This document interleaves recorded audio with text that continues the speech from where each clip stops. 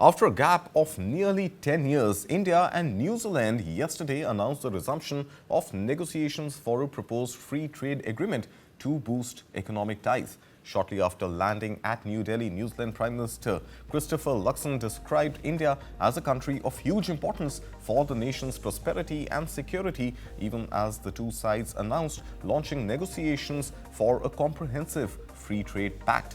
Now, Luxon will hold wide-ranging talks with Prime Minister Narendra Modi today and will also deliver a lecture at the inaugural session of the Raisina Dialogue as the chief guest. India and New Zealand began negotiating the Comprehensive Economic Cooperation Agreement in April 2010 to boost trade in goods, services and investment. However, after 10 rounds of discussions, the talks stalled in February of 2015. The two nations announced the launch of negotiations for a comprehensive and mutually beneficial India-New Zealand Free Trade Agreement negotiations, and this according to the Commerce Ministry. The announcement was made after the meeting of Commerce and Industry Minister Piyush Goyal and Todd McClay, New Zealand's Minister for Trade and Investment. Prime Minister of New Zealand Christopher Luxon is here on a 4-day visit from March 16th.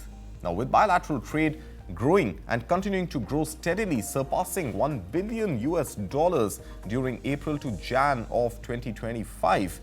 The FTA negotiations aim to unlock new avenues for businesses and consumers, fostering mutual growth and prosperity of the two nations. New Zealand's average import tariff is only 2.3%, with over half of its tariff lines already duty-free, meaning Indian goods already have a substantial access to the New Zealand market. But in contrast, India's average tariff stands at 17.8%, meaning it would have to make significant reductions, making a traditional FTA less attractive for India. Now, as talks resume, both countries will need to find common ground on these issues to move forward successfully. And this is as per Ajay Srivastav, the founder of GTRI. New Zealand is reportedly demanding greater access to India's dairy market.